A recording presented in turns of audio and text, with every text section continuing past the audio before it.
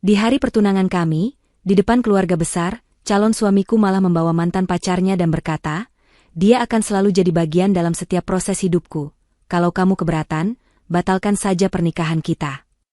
Seketika semua mata tertuju padaku, aku hanya diam, namun kurancang kejutan spesial untuknya.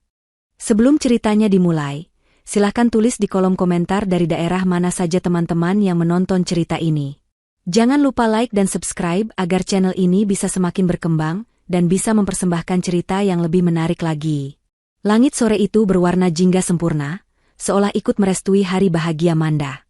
Taman belakang rumahnya yang luas telah disulap menjadi sebuah negeri dongeng. Ratusan lampu gantung kecil berkelip di antara dahan-dahan pohon mangga, menebarkan cahaya hangat ke atas puluhan meja bundar yang terbalut kain satin berwarna krem. Wangi bunga sedap malam dan melati bercampur dengan aroma barbeku yang menggugah selera, menciptakan suasana yang intim sekaligus meriah. Seluruh keluarga besar dari pihak Manda dan Okan telah berkumpul, tawa dan obrolan mereka menjadi musik latar yang membahagiakan. Manda berdiri di dekat panggung kecil, gaun hijau dikenakannya menyapu lembut rumput di bawah kakinya. Ia merasa seperti melayang. Setiap detail acara lamaran ini adalah buah dari impiannya, buah dari diskusi panjang penuh tawa bersama Okan. Melihat semua berjalan begitu sempurna, hatinya membuncah oleh rasa syukur. Ia memandang berkeliling, matanya mencari sosok pria yang sebentar lagi akan menyematkan cincin di jari manisnya, mengikat janji suci di hadapan seluruh orang yang mereka cintai. Kamu terlihat sangat cantik, nak, suara lembut ibunya menyadarkannya dari lamunan. Sang ibu, dengan kebaya berwarna senada, merapikan sehelai rambut yang jatuh di pelipis Manda. Matanya berkaca-kaca, dipenuhi keharuan dan kebanggaan.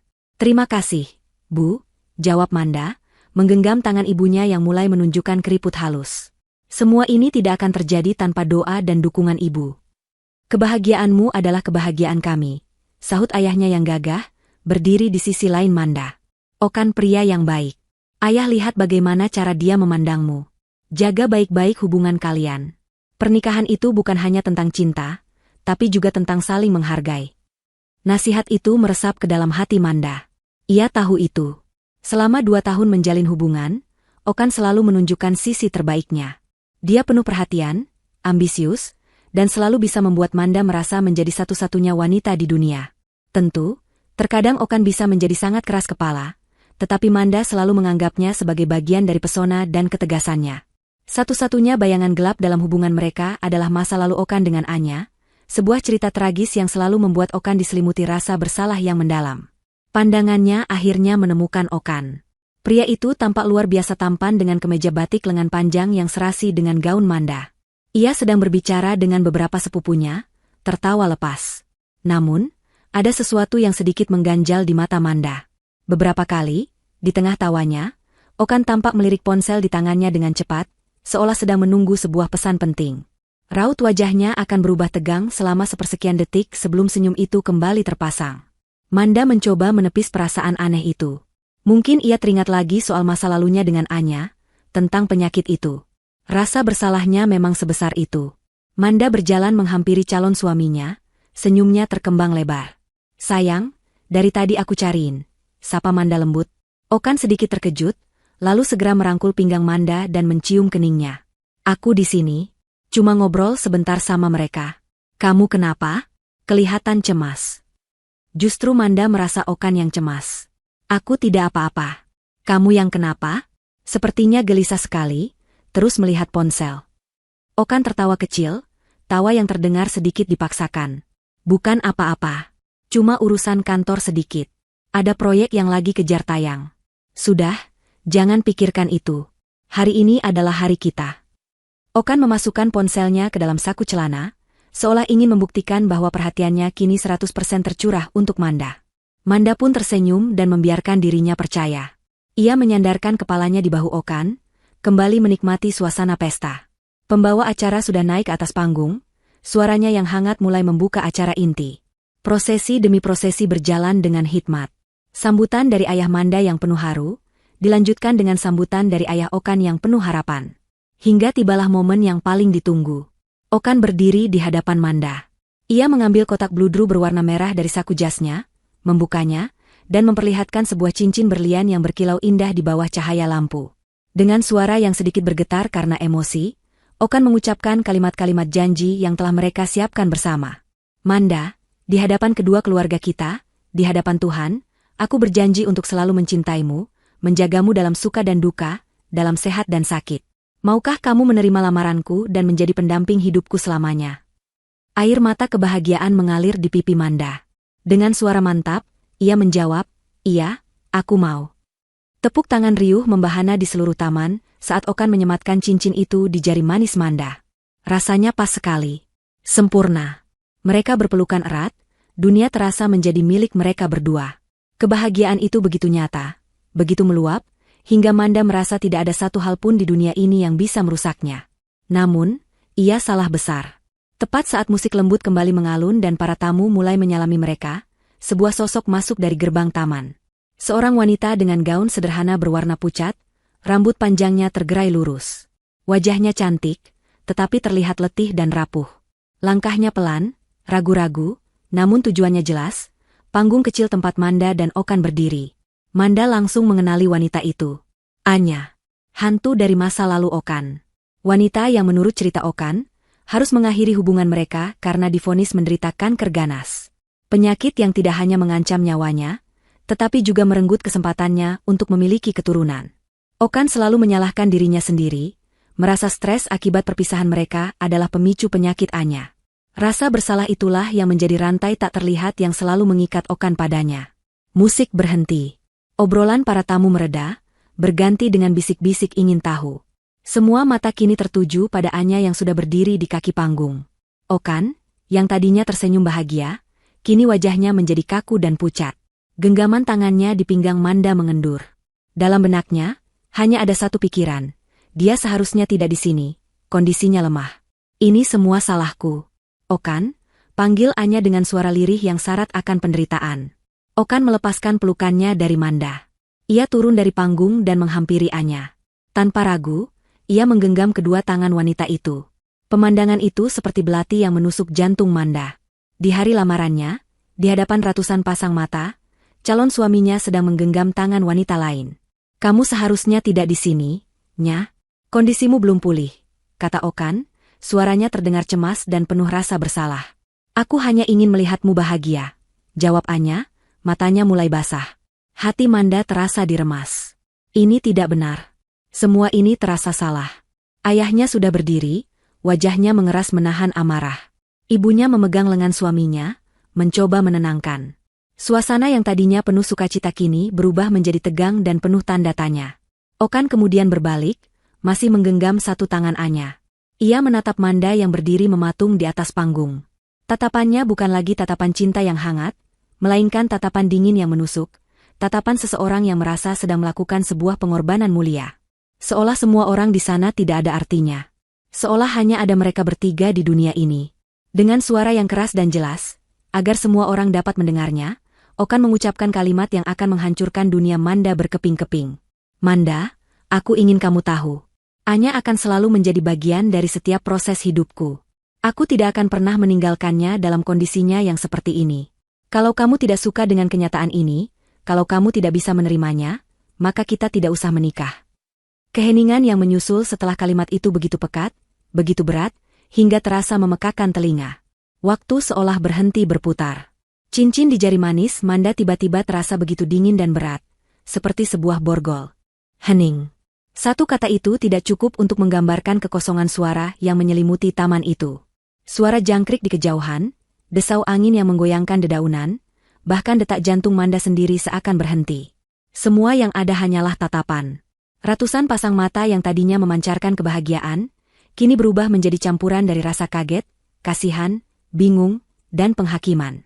Semua tatapan itu terasa seperti jarum-jarum tajam yang menusuk kulit Manda, menelanjanginya di depan umum. Ia bisa melihat wajah ibunya yang pucat pasi, bibirnya bergetar menahan tangis yang siap meledak. Di sampingnya, ayahnya berdiri kaku, rahangnya mengeras dan buku-buku jarinya memutih karena mengepalkan tangan begitu erat. Manda tahu, hanya penahanan diri luar biasa yang mencegah ayahnya melompat ke atas panggung dan menghajar pria yang baru saja mempermalukan putrinya. Keluarga Okan pun tak kalah terkejut. Ibu Okan menutup mulutnya dengan kedua tangan, matanya membelalak tak percaya pada kelakuan putranya sendiri. Ayah Okan hanya bisa menunduk, wajahnya memerah karena menanggung malu yang luar biasa. Dunia Manda berputar. Suara-suara di sekitarnya meredam menjadi dengungan tak berarti di telinganya. Fokusnya hanya tertuju pada satu titik, wajah Okan. Pria yang beberapa menit lalu berjanji akan mencintai dan menjaganya, kini berdiri di sana dengan angkuh dan merasa benar sendiri. Ada secercah keyakinan di matanya, keyakinan bahwa Manda akan luluh. Bahwa Manda, yang tahu cerita, tragis, Anya, akan tergerak oleh rasa kasihan dan menerima syarat mulia itu. Okan pikir ia sudah menang. Di samping Okan, Manda melihat Anya menunduk, memainkan peran sebagai wanita rapuh yang tersakiti. Namun, sepersekian detik sebelum Anya menundukkan kepalanya, Manda menangkapnya. Sebuah kilat kemenangan di mata Anya, sebuah senyum tipis yang nyaris tak terlihat, yang langsung dihapus. Dan di momen itulah, semuanya menjadi jelas bagi Manda. Perasaan tidak nyaman yang selama ini ia rasakan terhadap cerita, Anya tiba-tiba mengkristal, menjadi sebuah kecurigaan yang tajam. Ini bukan sebuah kebetulan. Ini adalah sebuah rencana. Rasa sakit yang tadinya menghantam dadanya seperti gelombang tsunami, tiba-tiba surut. Berganti dengan sesuatu yang lain. Sesuatu yang dingin, tajam, dan sangat jernih. Kemarahan. Bukan kemarahan yang meledak-ledak, melainkan kemarahan yang tenang dan membekukan. Ia sadar, apapun jawaban yang akan ia berikan, hidupnya tidak akan pernah sama lagi. Jika ia menolak, akan terjadi keributan besar. Jika ia menerima, ia akan mengorbankan harga dirinya seumur hidup. Ia butuh jalan keluar. Sebuah cara untuk menghentikan drama ini, untuk melarikan diri dari ratusan pasang mata yang menghakiminya. Ia butuh kendali. Dan dalam situasi di mana ia sama sekali tidak memiliki kuasa, satu-satunya kendali yang bisa ia ambil adalah atas responsnya sendiri. Manda menarik napas dalam-dalam, mengumpulkan sisa-sisa kekuatan yang ia miliki. Udara yang masuk ke paru-parunya terasa dingin, membantu menjernihkan pikirannya yang kalut. Ia mengangkat dagunya, menatap lurus langsung ke mata Okan, mengabaikan Anya yang berdiri seperti bayangan di sampingnya. Ia tidak akan memberikan kepuasan pada wanita itu dengan melihatnya menangis atau histeris. Lalu, dengan suara yang terdengar mengejutkan, bahkan bagi dirinya sendiri, suara yang jelas, tenang, meskipun sedikit bergetar, ia memberikan jawabannya. Baiklah. Satu kata. Hanya satu kata itu yang keluar dari bibirnya. Kata itu menggantung di udara, sama beratnya dengan keheningan yang baru saja pecah. Para tamu yang tadinya menahan napas, kini menghembuskannya dengan kaget. Bukan ini jawaban yang mereka harapkan. Okan tampak terkejut sesaat, sebelum senyum tipis penuh kemenangan tersungging di bibirnya. Ia berhasil. Ia mendapatkan semua yang ia inginkan. Namun, saat ia melihat lebih dalam ke mata Manda, senyumnya memudar. Tidak ada cinta di sana. Tidak ada kelegaan. Yang ada hanyalah kekosongan yang dingin. Manda tidak memberikan reaksi lebih lanjut. Setelah mengucapkan satu kata itu, ia tersenyum. Senyum yang paling aneh yang pernah ia tunjukkan. Itu adalah senyum tipis yang penuh teka-teki, senyum seseorang yang sudah melihat akhir dari sebuah permainan. Kemudian, dengan gerakan yang anggun dan sama sekali tidak tergesa-gesa, ia berbalik. Ia berjalan melewati meja-meja tamu, melewati wajah-wajah yang menatapnya dengan iba dan bingung. Punggungnya lurus, langkahnya mantap. Ia masuk ke dalam rumah, menaiki tangga menuju kamarnya. Begitu pintu kamarnya tertutup di belakangnya, suara dunia luar lenyap. Keheningan di dalam kamarnya terasa berbeda. Ini adalah keheningan yang aman. Punggungnya bersandar di pintu, dan kakinya akhirnya terasa lemas. Ia melorot ke lantai, tetapi ia tidak menangis.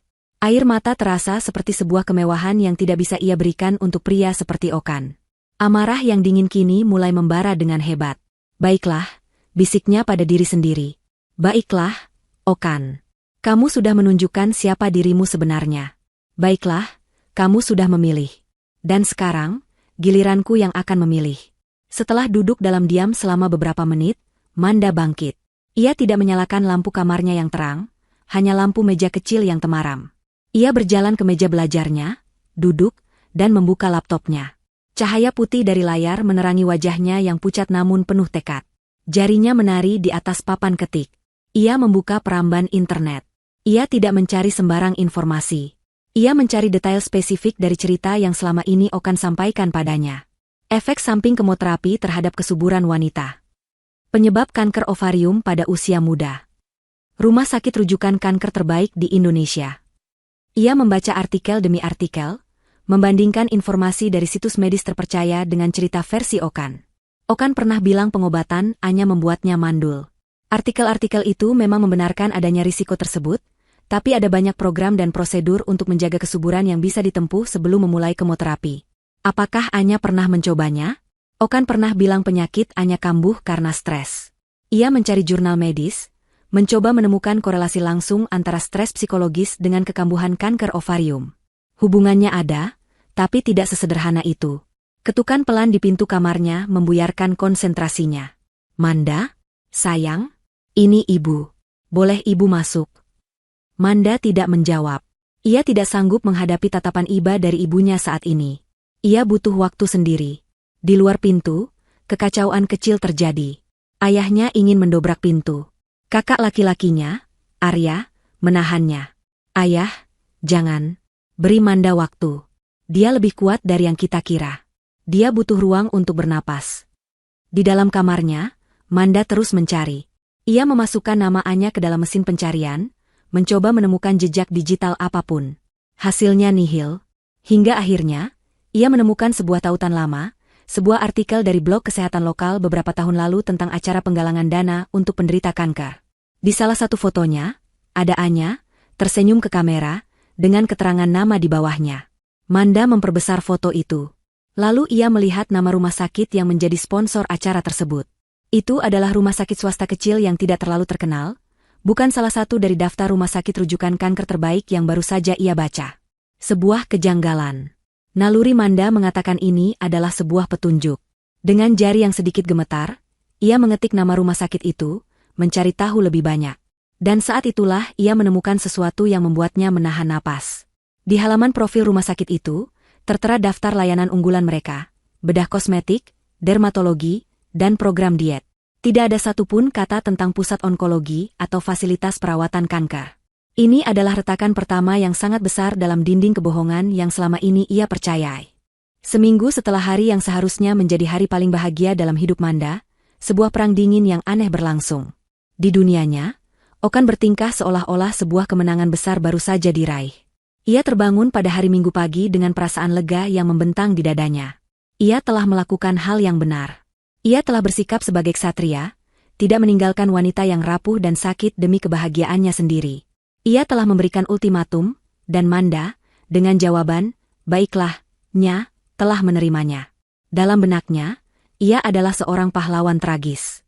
Ia membayangkan bagaimana kelak orang-orang akan memuji keluhuran budinya. Seorang suami yang begitu setia kawan hingga bersedia merawat mantan kekasihnya yang sekarat. Pernikahannya dengan Manda akan menjadi sebuah monumen kebaikan hati. Tentu, Manda perlu sedikit waktu untuk beradaptasi. Wajar jika seorang wanita merasa cemburu. Tugasnya lah sekarang untuk membimbing dan mendidik Manda, agar calon istrinya itu bisa melihat situasi dari sudut pandangnya yang lebih mulia. Ponselnya terasa berat di tangan saat ia mulai mengetik pesan pertamanya untuk Manda pagi itu. Ia menghapus dan menulis ulang kalimatnya berkali-kali, mencari nada yang pas antara pengertian dan ketegasan. Selamat pagi, sayang. Aku tahu semalam pasti sangat berat untukmu. Aku minta maaf jika caraku menyampaikannya kurang tepat. Tapi percayalah, kebaikan hati kita untuk merawat Anya akan membawa berkah yang luar biasa bagi pernikahan kita nanti. Aku mencintaimu. Pesan itu terkirim. Centang 2 biru muncul seketika. Okan tersenyum puas. Manda sudah membacanya. Ia menunggu balasan. 1 menit. 5 menit. 30 menit. Tidak ada balasan. Okan mencoba menenangkan dirinya. Manda mungkin masih butuh waktu. Di rumah Manda, suasana terasa begitu kontras. Rumah yang seminggu lalu dipenuhi tawa dan musik, kini diselimuti keheningan yang tebal. Manda memang telah membaca pesan dari Okan. Ia membacanya dengan ekspresi datar, lalu meletakkan ponselnya dalam mode senyap dan menaruhnya di laci meja. Ia tidak akan membiarkan manipulasi psikologis Okan mengganggu rencananya. Hari-hari berikutnya berlalu dengan pola yang sama. Setiap pagi, Okan akan mengirim pesan, penuh pengertian. Sayang, sudah sarapan? Jangan lupa jaga kesehatan ya. Nanti aku kirimkan beberapa pilihan warna untuk dekorasi gedung. Coba kamu lihat mana yang paling kamu suka. Manda, aku baru bicara dengan Anya. Kondisinya sedikit menurun. Dia titip salam dan berterima kasih atas kebesaran hatimu. Lihat kan? Kamu sudah jadi malaikat untuknya. Kenapa kamu tidak balas pesanku? Apa kamu masih marah? Jangan biarkan emosi sesaat merusak semua yang sudah kita bangun. Sayang. Pernikahan kita tinggal sebentar lagi. Setiap pesan itu dibaca oleh Manda, dan setiap pesan itu pula yang semakin menguatkan tekadnya. Ia melihat dengan jelas topeng kepahlawanan yang sedang dikenakan Okan. Pria itu tidak peduli pada perasaannya. Ia hanya peduli pada citra dirinya sendiri. Sementara Okan sibuk dengan drama monolognya, Manda bergerak dalam senyap. Ia mengadakan rapat keluarga di ruang tengah. Ibunya duduk dengan mata yang masih sembab, ayahnya menatap kosong dengan amarah yang tertahan, dan kakaknya, Arya, duduk di samping Manda, tatapannya tajam dan siap mendukung apapun keputusan adiknya. Manda, katakan pada ayah apa yang harus ayah lakukan. Ayah akan datangi rumahnya sekarang juga dan menghajar anak kurang ajar itu, kata ayahnya, suaranya bergetar. Jangan, Yah, jawab Manda dengan tenang. Kalau kita pakai emosi, kita yang akan terlihat salah. Mereka akan memutarbalikkan fakta, bilang kita keluarga yang kasar dan tidak punya hati. Aku tidak akan membiarkan mereka menang dengan cara itu. Lalu kita harus diam saja. Nak, setelah dia menginjak-injak harga dirimu dan keluarga kita di depan semua orang, sahut ibunya, air matanya kembali mengalir. Manda menggenggam tangan ibunya. Kita tidak akan diam, Bu. Kita akan melawan. Tapi dengan cara yang cerdas. Manda kemudian menjelaskan rencananya.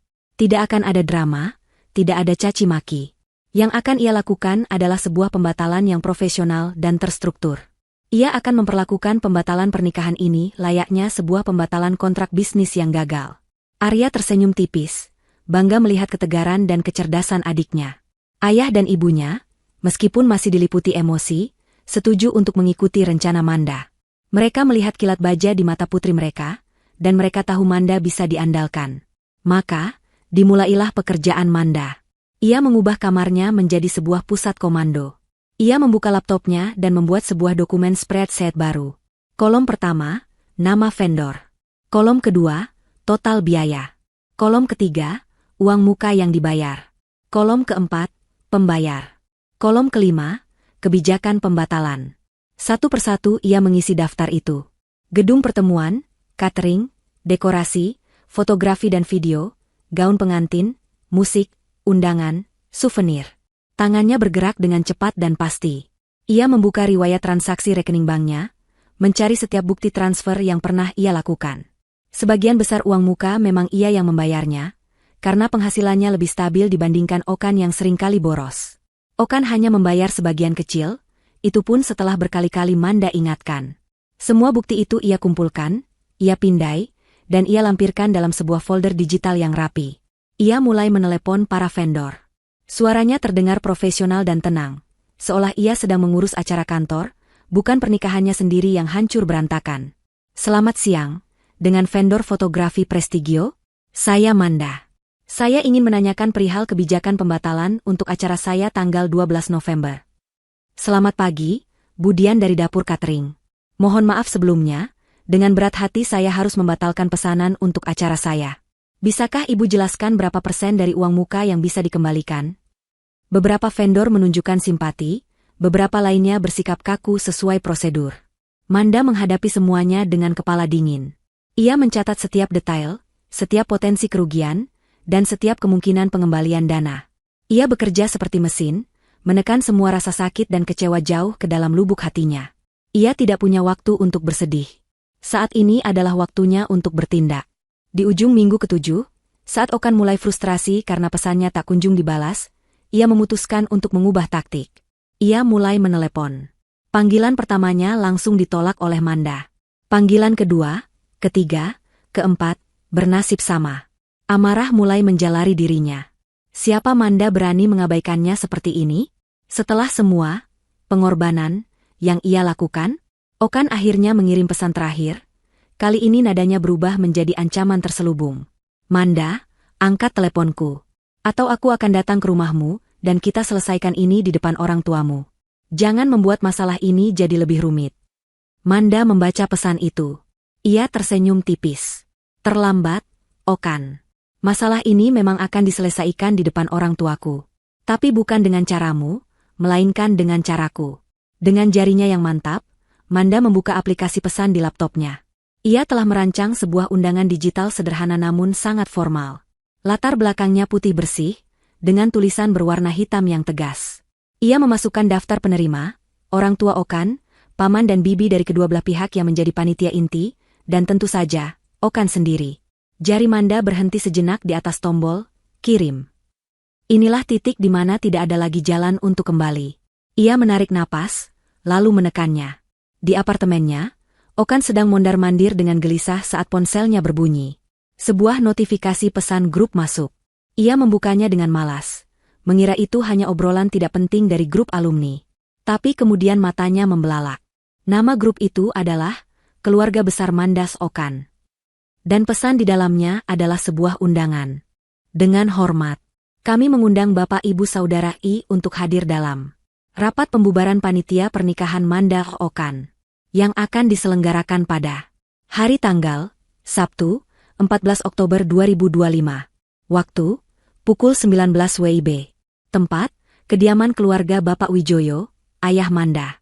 Agenda, laporan pertanggungjawaban dan penyelesaian administrasi. Atas perhatiannya, kami ucapkan terima kasih.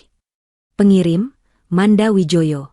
Okan membaca undangan itu sekali, 2 kali, 3 kali. Jantungnya berdebar kencang, bukan karena cinta, tapi karena amarah dan rasa terhina yang luar biasa. Rapat pembubaran? Penyelesaian administrasi? Apa maksud semua ini? Manda berani melakukan ini di belakangnya? Tanpa persetujuannya? Topeng kepahlawanan yang ia kenakan selama seminggu penuh tiba-tiba retak dan hancur berkeping-keping. Ia menyambar kunci mobilnya, kemarahan membakar setiap inci dirinya. Permainan Manda sudah berakhir. Sekarang, Manda akan menghadapi Okan yang sebenarnya. Malam rapat itu tiba dengan cepat. Ruang tamu di rumah Manda yang biasanya hangat dan penuh dengan pernak-pernik keluarga, kini terasa kaku dan formal. Sofa dan kursi tambahan diatur membentuk huruf U, menghadap sebuah meja di tengah ruangan. Di atas meja itu, tidak ada kue atau minuman selamat datang. Hanya ada sebuah laptop, proyektor yang mengarah ke dinding putih, dan beberapa map berwarna biru yang tertata rapi. Suasananya lebih mirip ruang rapat dewan direksi daripada ruang keluarga. Manda duduk di kursi utama, diapit oleh ayah dan ibunya. Kakaknya, Arya, berdiri sedikit di belakang, posturnya protektif. Di salah satu sudut, duduk seorang pria parubaya yang tenang dan berwibawa. Itu adalah Paman Manda, seorang pengacara yang sengaja diundang sebagai penasihat hukum keluarga, meskipun kehadirannya tidak diumumkan secara formal dalam undangan. Manda sendiri tampak sangat berbeda. Ia tidak mengenakan gaun atau pakaian manis. Ia mengenakan blus putih berkerah tinggi dan celana panjang hitam, rambutnya diikat rapi ke belakang. Riasannya minimalis, namun tatapan matanya tajam dan fokus. Ia siap untuk berperang. Pintu depan terbuka, dan Okan masuk bersama kedua orang tuanya. Wajah Okan merah padam, napasnya sedikit terengah, jelas sekali ia datang dengan amarah yang meluap. Ia bahkan tidak repot-repot menyapa orang tua Manda. Matanya langsung tertuju pada Manda. Apa maksud semua ini, Manda? Rapat pembubaran? Kamu pikir kamu siapa bisa mengambil keputusan sepihak seperti ini? Pernikahan ini bukan cuma milikmu. Hardik Okan, suaranya menggema di ruangan yang hening. Ayah Manda sudah hampir berdiri untuk membalas. Tetapi Manda meletakkan tangannya di lengan ayahnya, sebuah isyarat untuk tetap tenang. Ia menatap Okan dengan dingin, sama sekali tidak terintimidasi. Silakan duduk dulu, Okan. Begitu juga Om dan Tante, kata Manda, suaranya datar dan tanpa emosi. Aku mengundang kalian ke sini untuk menyelesaikan semuanya dengan cara yang baik dan terstruktur, bukan untuk berteriak-teriak. Sikap tenang Manda yang tak terduga itu membuat amarah Okan sedikit meredup, berganti menjadi kebingungan. Dengan enggan, ia dan orang tuanya duduk di kursi yang berhadapan langsung dengan Manda. Pertarungan tatapan mata pun terjadi. Manda tidak membuang waktu. Ia menyalakan laptop dan proyektor. Sebuah tabel spreadsheet langsung terpampang di dinding.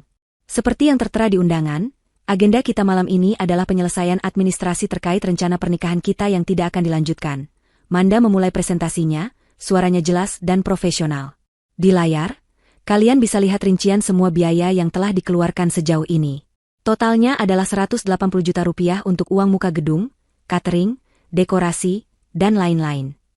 Ibu Okan tersentak. 180 juta? Bukankah kita sepakat untuk berbagi biaya? Tentu, Tante, jawab Manda dengan sopan.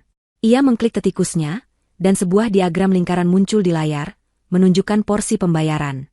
Warna biru mendominasi diagram itu. Dan ini adalah rincian siapa yang membayar uang muka tersebut. Sebesar 150 juta, atau 83%, dibayarkan dari rekening saya. 30 juta sisanya, atau 17%, dibayarkan oleh Okan. Semua bukti transfer sudah saya siapkan di dalam map ini. Manda menunjuk map biru di hadapannya. Okan dan keluarganya terdiam. Mereka tidak bisa membantah. Fakta yang disajikan Manda terlalu akurat dan tidak terbantahkan. Sesuai kesepakatan awal kita, semua biaya akan ditanggung bersama 50-50. Lanjut Manda.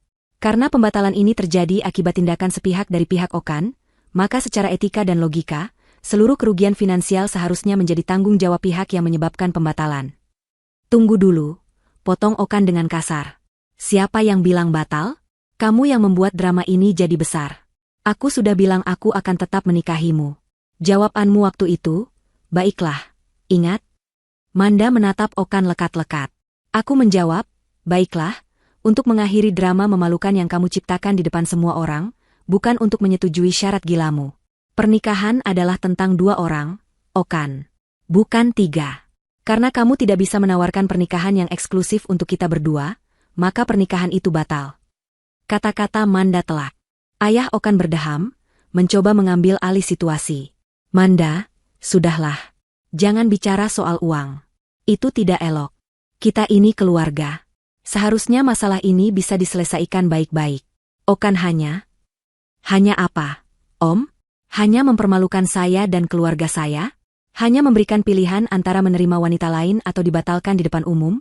Potong Manda, kali ini suaranya sedikit menajam. Saya setuju, ini harus diselesaikan baik-baik. Dan cara yang paling baik adalah dengan menyelesaikan semua tanggung jawab yang ada. Manda kemudian berdiri. Ia berjalan ke sebuah meja kecil di sudut, mengambil kotak bludru merah dari dalam tasnya. Ia kembali ke meja utama dan meletakkan kotak itu di hadapan Okan. Ini, katanya sambil mendorong kotak itu ke seberang meja. Cincung. Aku kembalikan. Aku tidak berhak atas barang ini lagi. Okan menatap kotak itu dengan nanar. Ini adalah simbol kekalahannya. Rasa malunya semakin menjadi-jadi. Dan sekarang, lanjut Manda, kembali duduk, aku menuntut hakku. Sesuai kesepakatan, pihakmu masih memiliki utang sebesar 60 juta rupiah kepadaku untuk menyeimbangkan porsi pembayaran uang muka menjadi 50-50. Mengingat sebagian besar uang muka tidak bisa kembali karena pembatalan mendadak, aku rasa ini adalah jalan tengah yang paling adil. 60 juta? Ibu Okan memekik pelan. Kami tidak punya uang sebanyak itu sekarang. Kamu ini materialistis sekali, Manda. Aku tidak menyangka kamu serendah ini, mengungkit masalah uang. Seru Okan, mencoba menyerang Manda secara pribadi karena ia sudah kalah telak dalam argumen logika. Manda sudah menduga serangan ini akan datang. Ia tersenyum tipis, senyum yang sama misteriusnya seperti di hari lamaran. Baiklah, katanya pelan, mengulangi kata saktinya. Kalau begitu, lupakan sejenak soal uang. Aku akan mempertimbangkan untuk tidak mempermasalahkan kerugian finansial ini. Tapi dengan satu syarat. Okan dan keluarganya menatapnya dengan curiga, namun ada secercah harapan di mata mereka. Manda mencondongkan tubuhnya sedikit ke depan. Suaranya menjadi lebih pelan, namun setiap katanya terdengar sangat jelas dan menusuk. Jika aku memang harus menerimanya sebagai bagian permanen dari hidup kita, dan jika aku harus melupakan semua kerugian ini, maka aku menuntut transparansi penuh. Aku ingin melihat semua rekam medis Anya yang asli dan lengkap. Hasil lab, hasil pindai, diagnosis resmi dari dokter spesialis onkologi, riwayat kemoterapi, semuanya. Sebagai calon anggota keluarga yang kelak akan ikut merawatnya, aku rasa aku punya hak penuh untuk mengetahui kondisinya secara detail agar aku bisa memberikan dukungan yang paling tepat untuknya. Keheningan total kembali menyelimuti ruangan itu. Permintaan Manda begitu logis, begitu masuk akal, sehingga tidak ada celah untuk menolaknya. Jika Anya benar-benar sakit parah, memberikan rekam medisnya seharusnya menjadi hal yang mudah untuk membuktikan ketulusan mereka. Namun, yang terjadi adalah sebaliknya. Wajah Okan berubah dari merah menjadi pucat pasi. Ibunya tampak panik dan gelisah, bertukar pandang dengan suaminya yang juga tampak serba salah. Mereka terpojok. Terjebak dalam sebuah permainan catur di mana Manda baru saja melakukan skakmat. Manda tidak menuduh mereka berbohong. Ia hanya meminta bukti atas cerita yang selama ini mereka gunakan sebagai senjata. Dan keheningan mereka yang mencekam saat itu adalah sebuah jawaban yang lebih keras daripada teriakan manapun. Keheningan yang mengikuti permintaan Manda untuk rekam medis, hanya adalah keheningan yang paling brutal. Itu adalah suara kebohongan yang terpojok, kepanikan yang tak terucap. Okan dan kedua orang tuanya duduk membeku, wajah mereka adalah kanvas dari rasa malu, keterkejutan, dan ketakutan. Mereka tidak punya jawaban. Tidak ada argumen balasan. Mereka telah kalah telak, bukan oleh emosi, tetapi oleh logika dingin yang tak terbantahkan. Setelah beberapa saat yang terasa seperti selamanya, ayah Okan berdeham, memecah keheningan yang menyiksa. Kami rasa pertemuan ini sudah selesai, katanya dengan suara serak, tidak berani menatap mata siapapun. Ia bangkit, diikuti oleh istrinya yang pucat dan Okan yang tampak hancur. Mereka berjalan keluar dari rumah Manda, tanpa mengucapkan sepatah kata pamit pun, seperti prajurit yang melarikan diri dari medan perang. Pintu yang tertutup di belakang mereka terasa seperti sebuah vonis. Di dalam mobil, barulah bendungan amarah dan saling menyalahkan itu jebol. Ini semua gara-gara kamu, bentak ayah Okan pada putranya. Kebodohanmu menghancurkan nama baik keluarga. Untuk apa kamu melakukan sandiwara memalukan itu? Aku hanya mencoba melakukan hal yang benar, balas Okan, suaranya meninggi. Aku pikir Manda akan mengerti. Mengerti? Mengerti apa? Bahwa putraku lebih memilih membela seorang pembohong daripada menghargai calon istrinya, hardik ibunya. Sekarang apa yang akan kita katakan pada Manda? Kita tidak mungkin bisa memberikan rekam medis itu. Okan menyandarkan kepalanya di jendela mobil, membiarkan dinginnya kaca meredakan kepalanya yang terasa panas. Ia merasa terhianati, bukan hanya oleh Manda, tetapi juga oleh Anya. Ia telah membangun sebuah narasi kepahlawanan di kepalanya, dan Manda baru saja meruntuhkannya hingga menjadi debu. Manda bukan lagi wanita lembut dan penurut yang ia kenal. Ia telah berubah menjadi ahli strategi yang dingin dan sangat berbahaya. Merasa terpojok dan putus asa, Okan melakukan hal yang biasa dilakukan orang-orang yang kalah dalam argumen. Ia mencoba memenangkan perang opini. Malam itu juga, ia dan Anya menyusun rencana serangan balasan. Bukan di ruang tamu, melainkan di dunia maya, tempat kebenaran bisa dibengkokkan dan simpati bisa direkayasa. Okan membuka akun media sosialnya. Ia mengunggah sebuah foto hitam putih dirinya yang sedang menatap keluar jendela dengan ekspresi sendu. Di bawahnya, ia menulis sebuah kutipan puitis yang penuh makna ganda. Terkadang, cinta yang paling besar adalah tentang melepaskan. Bukan karena berhenti peduli, tapi karena kamu sadar ada hal-hal yang tidak bisa dipaksakan. Semoga kamu menemukan bahagiamu. Unggahan itu langsung dibanjiri komentar. Teman-temannya yang tidak tahu cerita lengkapnya segera memberikan dukungan. Sabar ya, bro, tulis seseorang. Yang kuat, Okan. Wanita yang baik akan mendapatkan pria yang baik, tulis yang lain. Dalam sekejap, Okan berhasil melukis dirinya sebagai korban yang berhati besar. Anya tidak mau ketinggalan. Ia mengunggah sebuah foto lama tangannya yang terpasang selang infus di sebuah klinik. Sebuah foto dari saat ia demam berdarah bertahun-tahun lalu. Fotonya diberi filter redup agar terlihat lebih dramatis. Keterangan fotonya lebih menusuk. Aku tidak pernah meminta penyakit ini. Aku juga tidak pernah meminta untuk dicintai.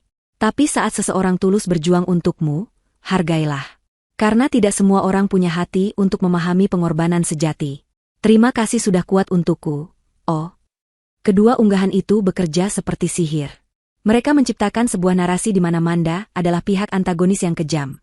Seorang wanita yang tidak punya hati nurani, karena meninggalkan tunangannya yang sedang berjuang merawat cinta masa lalunya yang sekarat. Beberapa teman Manda bahkan mulai meneleponnya, bertanya dengan ragu-ragu apakah berita itu benar. Manda melihat semua drama itu dari layar ponselnya.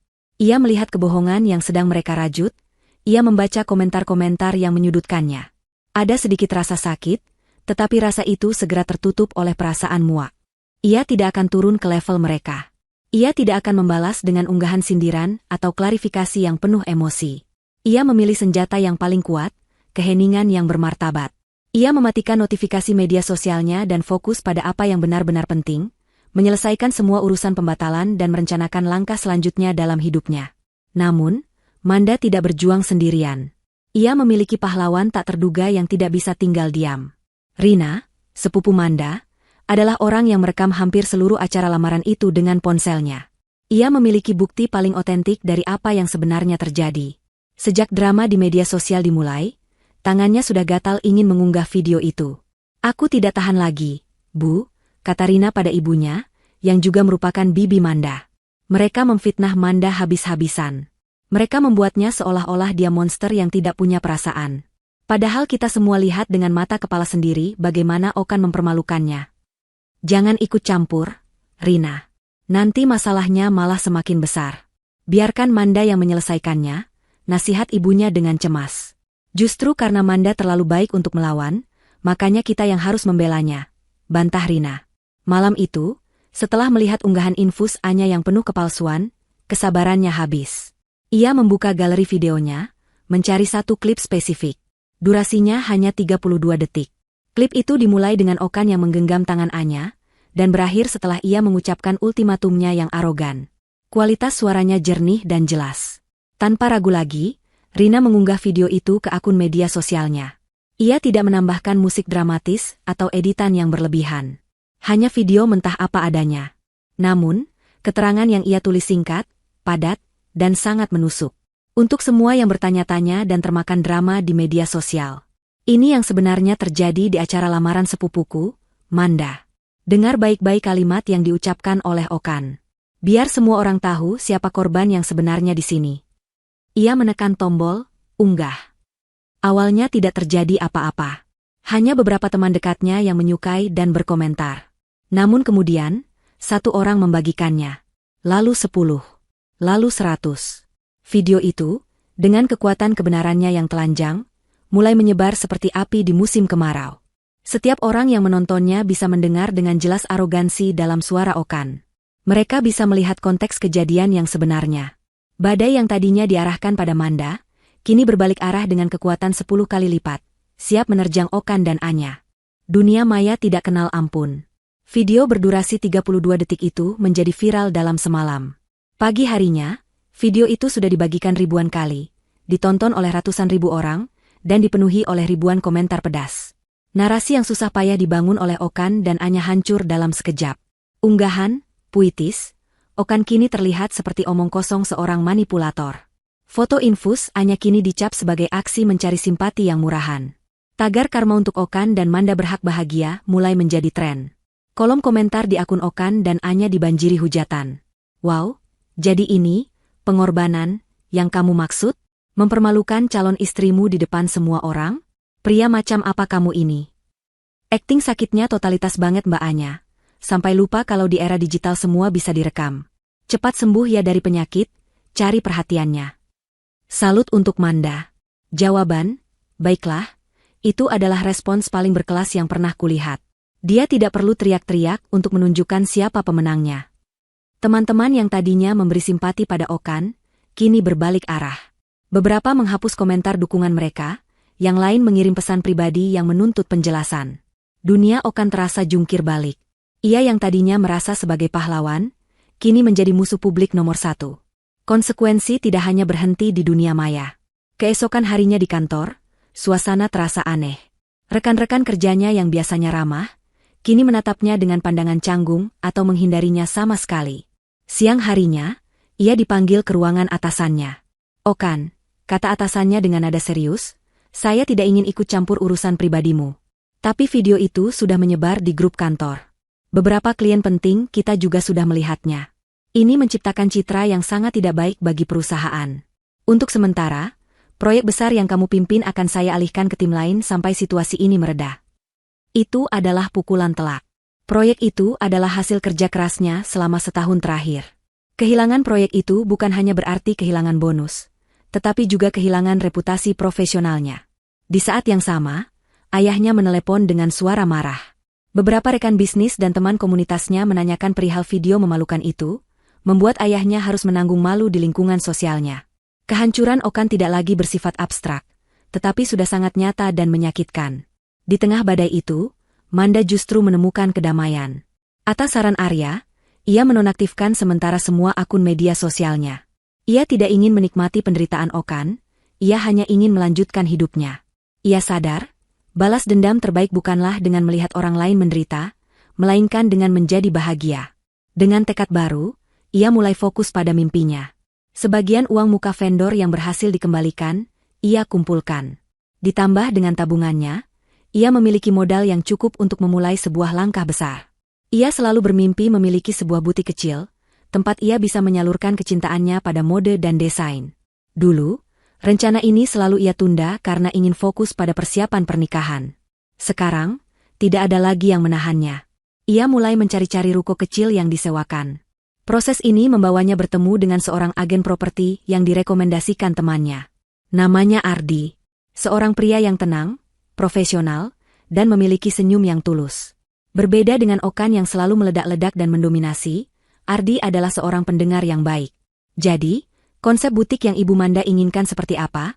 Tanya Ardi saat mereka mengunjungi sebuah lokasi potensial di sebuah jalan yang cukup ramai. Saya ingin butik yang tidak terlalu besar, tapi terasa hangat dan personal.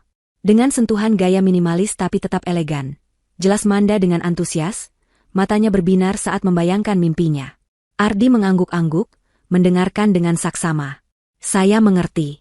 Lokasi ini sepertinya cocok. Cahaya mataharinya bagus di sore hari. Saya punya kenalan desainer interior yang hebat, jika Ibu butuh bantuan untuk tata letak. Interaksi mereka murni profesional, tetapi Manda merasa nyaman. Ardi tidak mengenalnya, ia tidak tahu drama yang baru saja Manda lalui.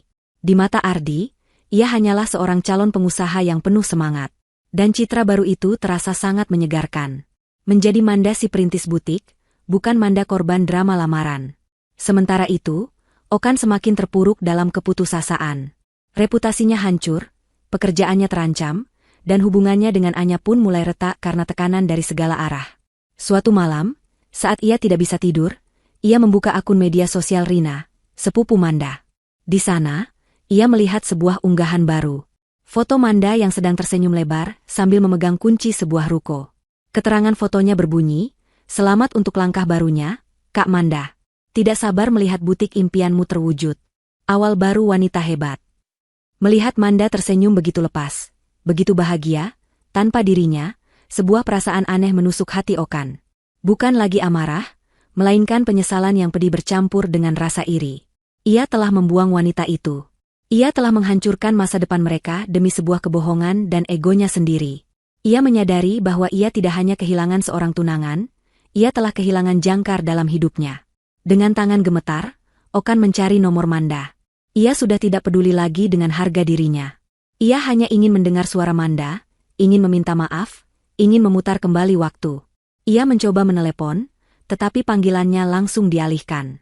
Putus asa, ia mengetik sebuah pesan singkat, pesan yang sangat berbeda dari semua pesan arogannya seminggu yang lalu. Manda, tolong angkat. Kita perlu bicara. Aku salah. Pesan singkat Okan yang penuh permohonan itu tidak pernah mendapat balasan. Manda membacanya, merasakan secercah emosi yang aneh, bukan kasihan, melainkan sebuah penegasan bahwa keputusannya adalah benar. Ia lalu menghapus utas percakapan itu dan kembali fokus pada dunianya yang baru. Sementara Manda sibuk memilih warna cat untuk dinding butiknya dan berdiskusi dengan Ardi tentang tata letak rak pajangan, dunia Okan dan Anya justru mulai runtuh dari dalam. Kemenangan semu yang mereka rasakan setelah acara lamaran itu, kini terasa seperti racun yang bekerja lambat. Badai di media sosial telah mengubah mereka menjadi paria. Mereka tidak bisa lagi pergi ke kafe atau pusat perbelanjaan favorit, tanpa mendapatkan tatapan sinis atau bisikan-bisikan tajam. Fantasi menjadi pasangan heroik yang melawan dunia kini, telah digantikan oleh kenyataan pahit sebagai pasangan manipulatif yang dikucilkan. Tekanan ini mulai menggerogoti fondasi hubungan mereka yang memang sudah rapuh. Masalah pertama adalah uang. Dengan proyek besarnya yang dialihkan, Okan tidak hanya kehilangan bonus yang ia andalkan, tetapi juga semangat kerjanya. Ia menjadi murung dan mudah tersinggung. Di saat yang sama, gaya hidup Anya sama sekali tidak berubah. Ia masih menuntut makan malam di restoran mahal, membeli tas baru, dan merengek meminta biaya untuk perawatan kesehatan alternatif yang ia klaim dapat mengurangi stresnya. Aku butuh uang untuk sesi akupunktur dan spa relaksasi, Okan. Dokter bilang stres ini bisa memicu sel kankernya aktif lagi, kata Anya suatu sore, sambil menunjukkan brosur sebuah spa mewah. Lagi, sahut Okan dengan nada letih. Bulan ini kamu sudah 3 kali ke spa, Nya. Kita harus berhemat. Kondisi di kantor sedang tidak bagus. Wajah Anya yang tadinya manis langsung berubah masam. Berhemat? Jadi sekarang kamu mau mengorbankan kesehatanku demi uang? Dulu kamu janji akan melakukan apa saja untukku. Apa semua itu bohong? Argumen seperti ini menjadi menu sehari-hari. Anya sangat lihai memainkan kartu, korban sakit, Nya, dan Okan, yang rasa bersalahnya sudah mendarah daging, seringkali akhirnya mengalah. Namun, benih kecurigaan yang ditanam oleh Manda di malam rapat itu mulai tumbuh. Setiap kali Anya mengeluh sakit setelah mereka bertengkar, atau setiap kali ia menolak saat Okan menawarkan untuk menemaninya ke dokter spesialis, sebuah alarm kecil berbunyi di benak Okan. Retakan semakin besar saat masalah eksternal ikut campur. Suatu hari, Okan menerima telepon dari nomor tak dikenal. Suara di seberang terdengar tegas dan dingin. Itu adalah agen penagih utang dari sebuah bank. "Selamat siang, apa saya bicara dengan Bapak Okan? Kami menghubungi Anda terkait tunggakan kartu kredit atas nama saudari Anya. Karena nomor kontak beliau tidak bisa dihubungi dan alamat Anda terdaftar sebagai alamat korespondensi, kami terpaksa menghubungi Anda." Okan mengerutkan kening. "Tunggakan? Tunggakan untuk apa?" "Total tunggakan sebesar 75 juta rupiah, Pak. Terdiri dari beberapa transaksi di klinik bedah estetika dan sebuah biro perjalanan mewah tahun lalu." Dunia Okan seakan berhenti berputar. Bedah estetika? Perjalanan mewah? Tahun lalu? Ia mencoba mengingat-ingat. Tahun lalu adalah masa-masa di mana Anya mengaku kondisinya sedang sangat buruk. Masa di mana ia harus menjalani serangkaian pengobatan intensif yang membuatnya harus beristirahat total. Bagaimana mungkin ia melakukan semua itu? "Pasti ada kesalahan," kata Okan dengan suara bergetar. "Dia sedang sakit parah tahun lalu. Data kami menunjukkan transaksi dilakukan di Swiss pada bulan September, Pak. Untuk pembelian paket wisata dan beberapa barang mewah," jawab si penagih dengan nada datar. Setelah menutup telepon, Okan duduk terdiam. Kepalanya pening. Swiss. Bulan September. Ia ingat betul, pada bulan September tahun lalu, Anya menangis padanya di telepon, mengatakan bahwa dokter menyarankan perawatan khusus di luar kota yang sangat mahal, dan ia tidak tega membebani Okan. Okan, yang merasa sangat bersalah, mentransfer 20 juta rupiah ke rekening Anya untuk membantu biaya pengobatan itu. Jadi uang itu ia gunakan untuk berlibur? Kecurigaan itu kini berubah menjadi sebuah kebutuhan mendesak untuk mencari kebenaran.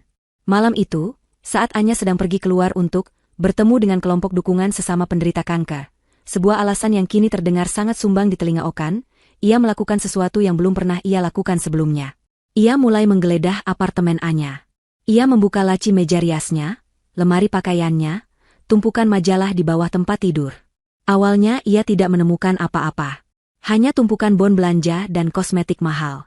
Okan hampir menyerah, merasa dirinya paranoid. Namun kemudian, matanya tertuju pada sebuah kotak sepatu tua yang tersimpan di bagian paling atas lemari. Kotak itu tampak tidak pada tempatnya di antara tas-tas bermerek. Dengan jantung berdebar kencang, ia menurunkan kotak itu. Debu tipis menyelimutinya.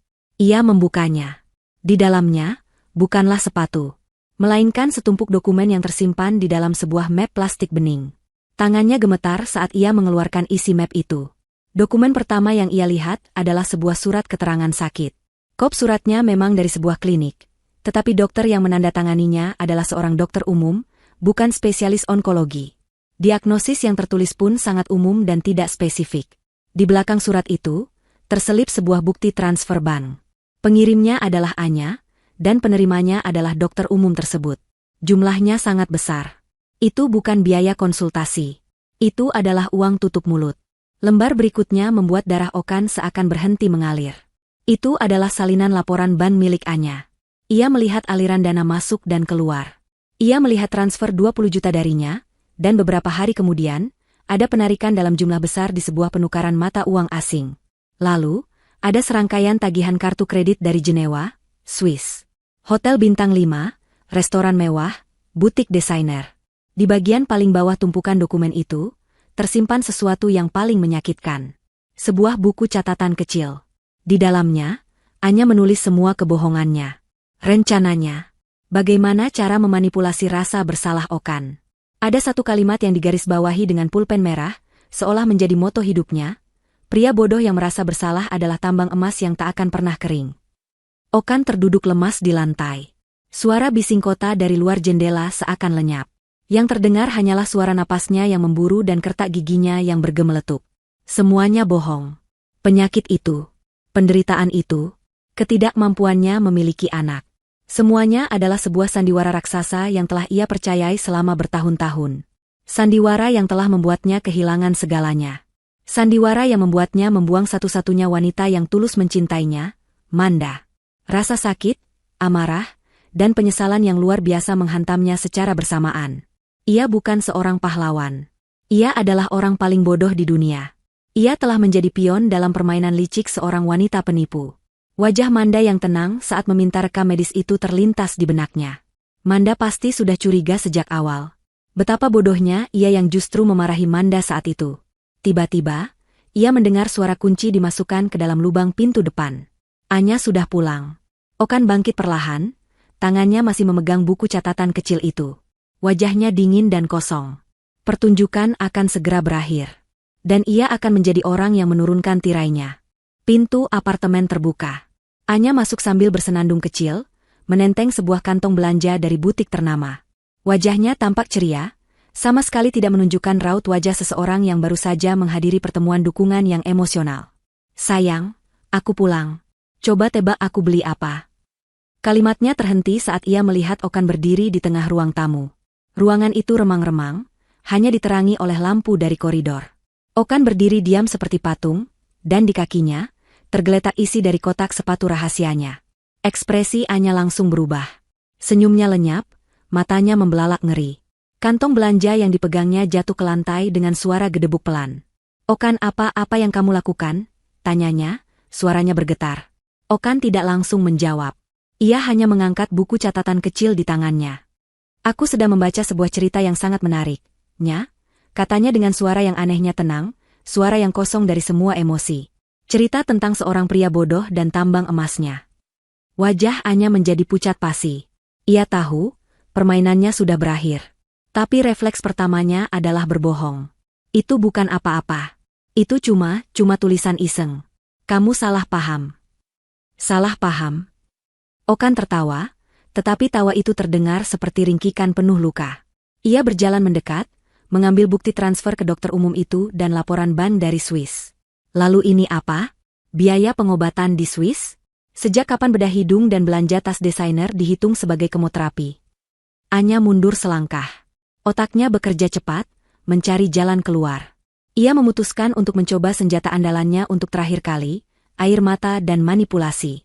Aku bisa jelaskan. Isaknya, air mata langsung membanjiri pipinya.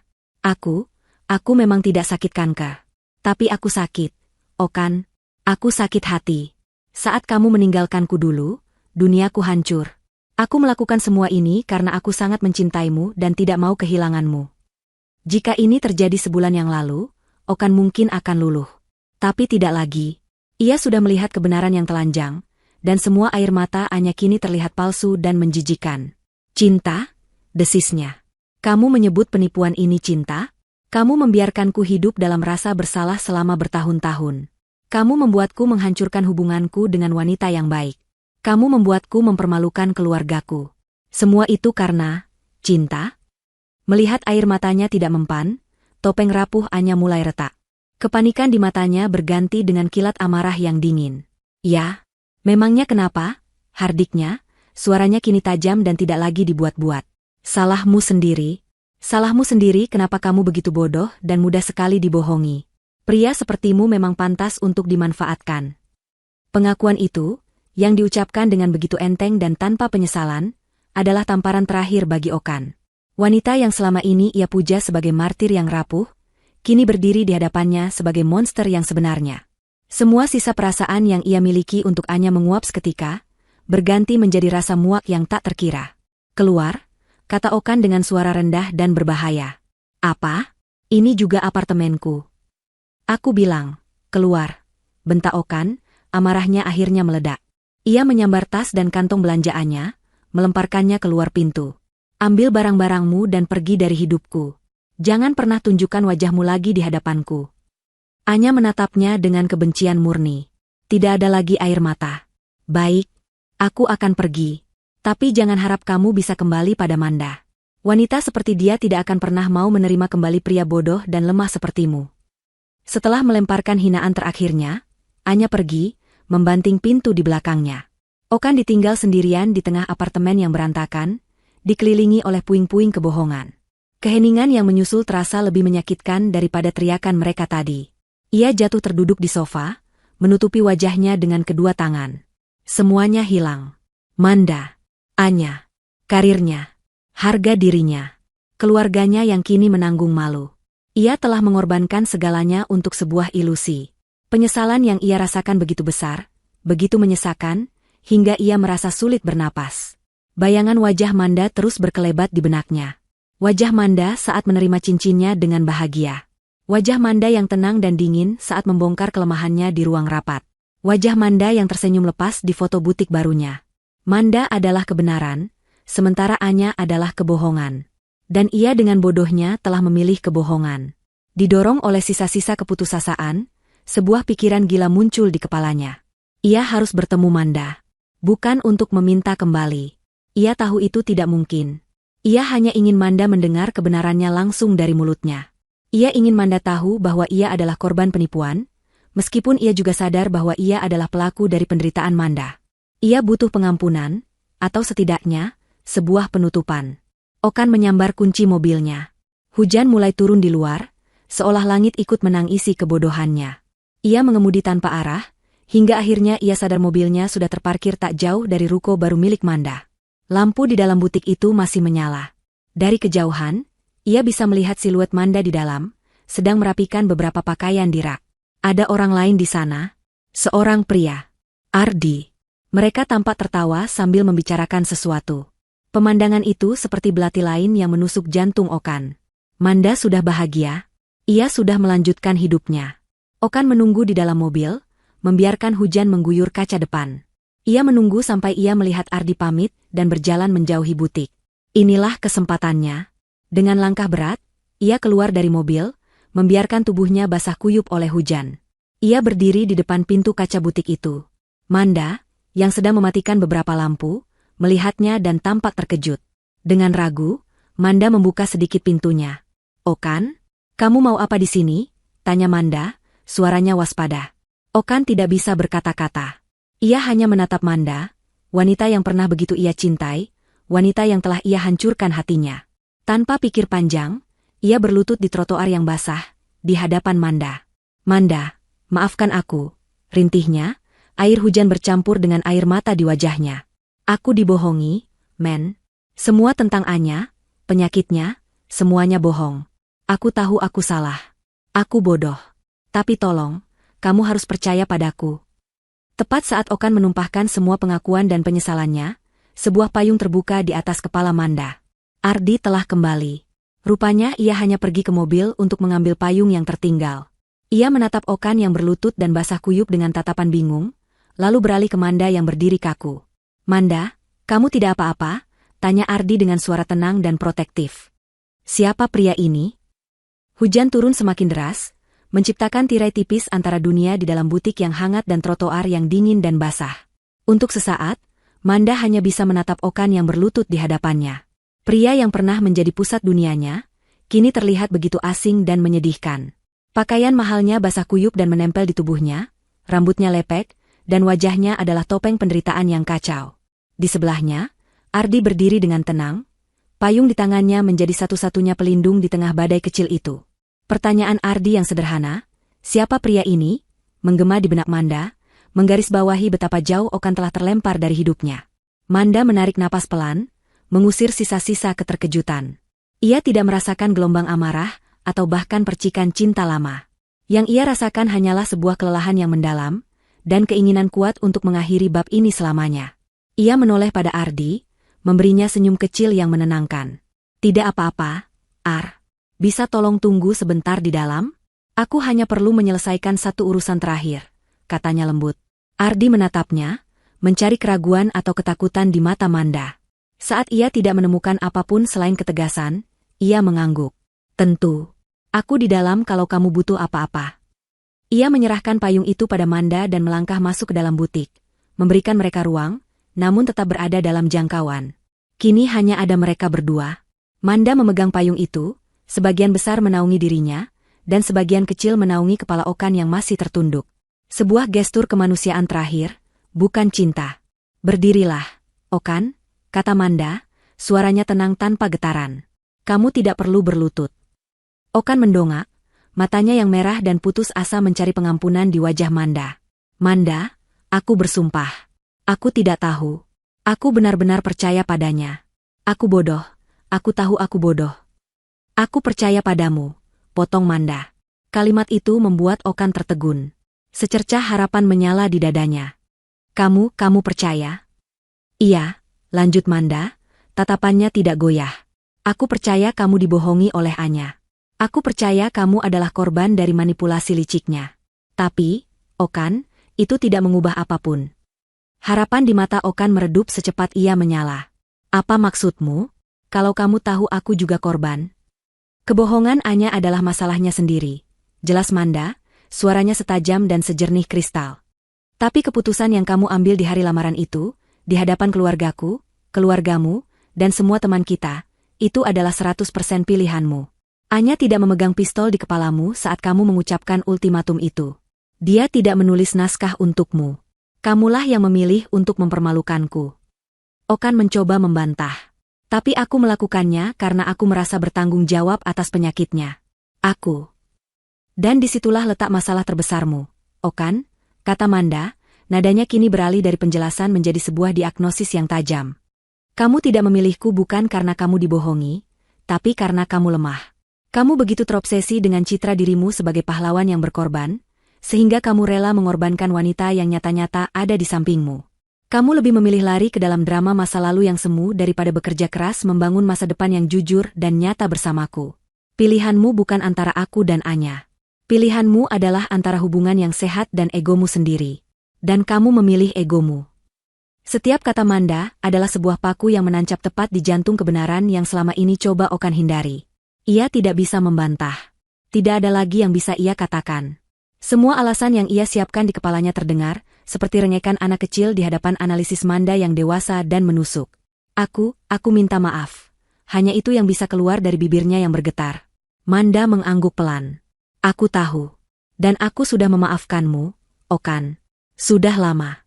Aku memaafkanmu bukan agar kamu bisa merasa lebih baik. Aku memaafkanmu agar aku bisa merasa lebih baik. Agar aku bisa melepaskan semua beban dan amarah dari hatiku.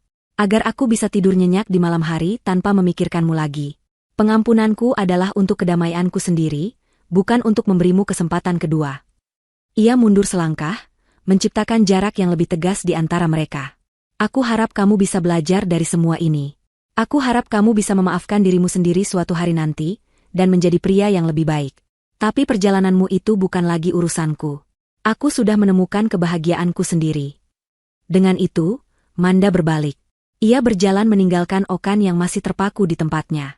Ia melangkah kembali ke ambang pintu butiknya yang terang, tempat Ardi menunggunya dengan tatapan penuh pengertian. Manda melangkah masuk ke dalam kehangatan itu, lalu ia menarik pintu kaca yang berat itu hingga tertutup. Okan mendongak tepat pada waktunya untuk mendengar suara yang paling menghancurkan di dunia. Suara klik pelan dari kunci yang diputar. Pintu itu kini terkunci. Manda telah secara harfiah dan kiasan menutup pintu untuknya. Ia tetap berlutut di sana untuk waktu yang lama, membiarkan hujan yang dingin mengguyur tubuhnya. Dari balik pintu kaca yang berembun, ia bisa melihat siluet Manda dan Ardi yang sedang berbicara. Ia melihat Manda tertawa kecil, sebuah tawa yang sudah lama tidak ia dengar. Tawa yang dulu menjadi miliknya. Ia telah kehilangan segalanya. Bukan karena Anya telah menipunya, tetapi karena ia sendiri yang telah memilih jalan ini. Ia sendirian di tengah hujan, di luar pintu kebahagiaan yang telah ia buang dengan tangannya sendiri. 1 tahun berlalu. Waktu, seperti biasanya, adalah hakim yang paling adil. Ia membagikan ganjaran dan konsekuensi dengan takaran yang sangat pas kepada setiap tokoh dalam drama yang telah usai itu. Nasib Anya adalah yang pertama menemui titik terendahnya. Setelah diusir oleh Okan, kebohongannya yang spektakuler menjadi konsumsi publik. Kisahnya tidak hanya viral di media sosial, tetapi juga diangkat oleh beberapa portal berita online. Puncaknya adalah ketika dokter umum yang pernah ia suap, karena takut izin praktiknya dicabut, memutuskan untuk bekerja sama dengan pihak berwajib dan melaporkan Anya atas tuduhan penipuan dan pemalsuan dokumen. Okan, dalam usahanya mencari semacam penebusan, juga memberikan kesaksian yang memberatkan. Anya dinyatakan bersalah. Ia tidak dipenjara, tetapi hukumannya adalah ganti rugi finansial yang sangat besar kepada dokter tersebut dan juga Okan. Ia harus menjual apartemen dan semua barang mewahnya. Namun, hukuman terberatnya bukanlah dari pengadilan, melainkan dari masyarakat. Ia dicap sebagai penipu ulung. Wajah cantiknya kini menjadi simbol kelicikan.